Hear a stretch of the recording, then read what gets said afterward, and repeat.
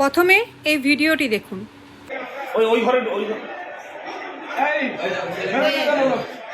একদম আটকে বেরোয় না কেন? বেরোয় না কেন?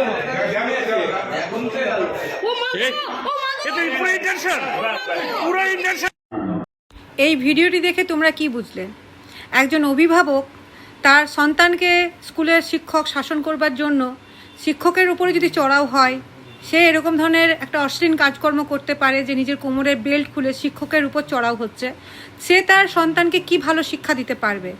এখানে আপনাদের কি মতামত অবশ্যই কমেন্টে জানাবেন। আমরা তো ছোটোর থেকেই ভীষণভাবে শিক্ষকদের কাছ থেকে মার বকুনি খেয়ে বড় হয়ে এসেছি, আর সেটা আমি আমার সন্তানকেও সেই সেমভাবেই শিক্ষাটা দিই, যাতে সে উপযুক্ত শিক্ষা সব রকমভাবে যেখানে টিউশন পড়ে সে শিক্ষকের থেকেও সে পেয়ে থাকে।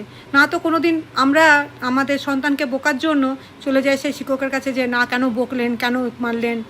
এগুলো আগামী দিনের জন্য, আগামী প্রজন্মের জন্য প্রচণ্ড পরিমাণে খারাপ একটা জিনিস হতে চলেছে।